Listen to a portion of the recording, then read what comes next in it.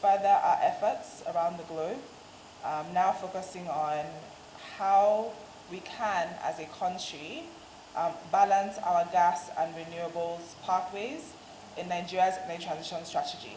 So I want to thank you all for being here, distinguished guests from NLNG, NIAF, NATI, our comrades, and our partners from Budget, Policy Alert, and all other partners. Thank you so much for being here.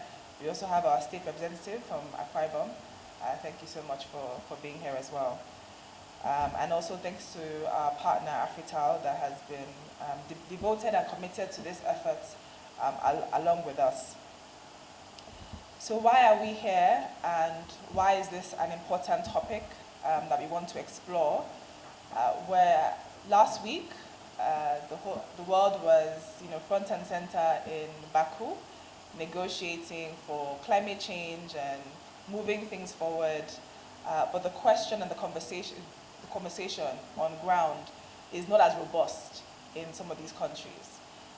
We find that there are some conflicts, complementarities in terms of how we're moving, in terms of the gas and the renewables institutions, but also there's a lot of questions in terms of collaboration, policy coherence, vision, and the realities that we are actually putting forward to make sure that our goals around plans like the long-term vision 2050, energy transition plan 2060, decade of gas 2021 to 2030 are all complementary and can actually help Nigeria to achieve its goal of a net carbon emission by 2060.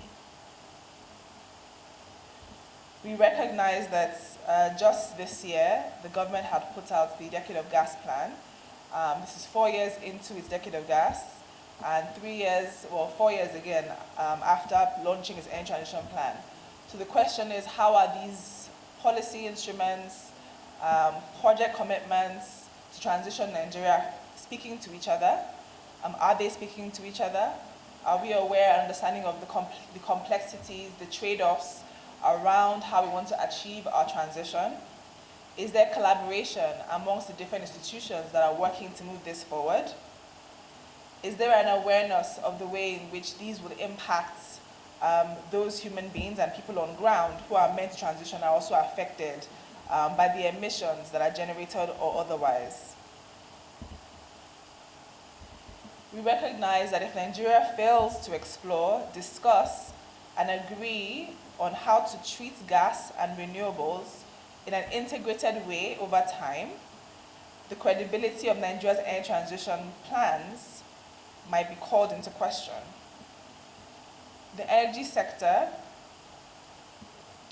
may not fully realize the objectives around energy access, which are front and center for those who actually live in Nigeria.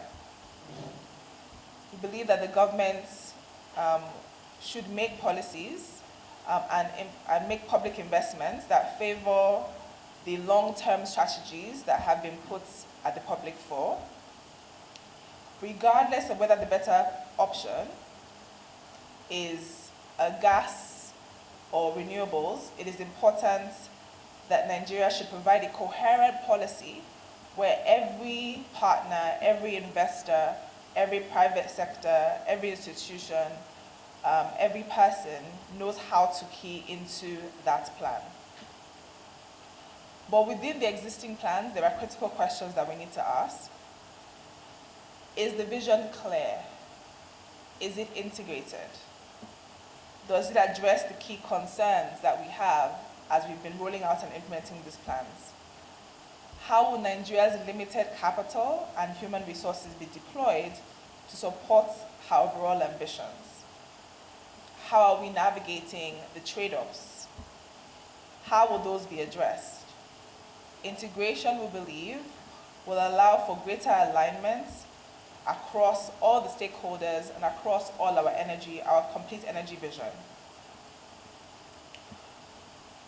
We believe that this effort today provides a space for us to have a conversation now that we are in quote-unquote the earlier days of the implementation of the transition plan, so that we do not find ourselves in year 2055 asking how we got here, asking what we should have done better, but instead this allows us to take a more proactive step, a future-looking step, to make sure that we are all aligned and we are all able to achieve a vision where ultimately our energy needs are addressed and attained, and we can all count ourselves satisfied at the end of the day. We're hoping that through this conversation, we're going to come up with some recommendations and some ideas that are concrete and honest and realistic, that can enable us to achieve our goals for Nigeria and for our future. With that, I'd like to thank you all for being here, and we hope that you'll be able to contribute and have a very productive deliberation as we move forward with the agenda today. This is a collective goal of ours. It is to help Nigeria attain its future without calling anyone, making anyone responsible for where we are now. It's just to have a collective vision so that we can attain our goals. So it's one Nigeria and it's one vision, we hope, that can get us to where we need to go. With that, I want to thank you all for listening, and I hope that we're able to be relaxed and engaging, and feel free to share your ideas because that is what we are here for. So thank you all so much.